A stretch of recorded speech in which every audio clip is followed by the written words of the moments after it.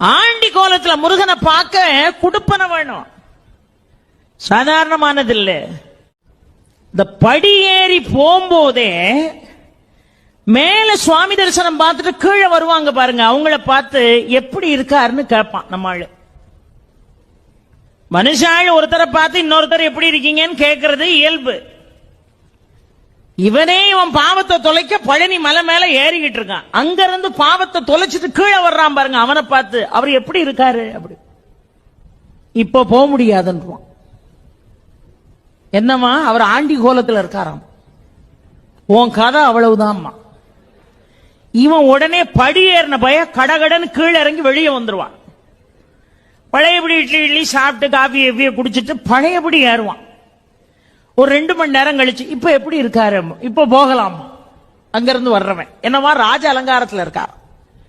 உடனே குடுகுடுன்னு அந்த ராஜ அலங்காரம் முடியறதுக்குள்ள ஓடி போய் தரிசனம் பண்ணிடணும்ட்டு போவான்.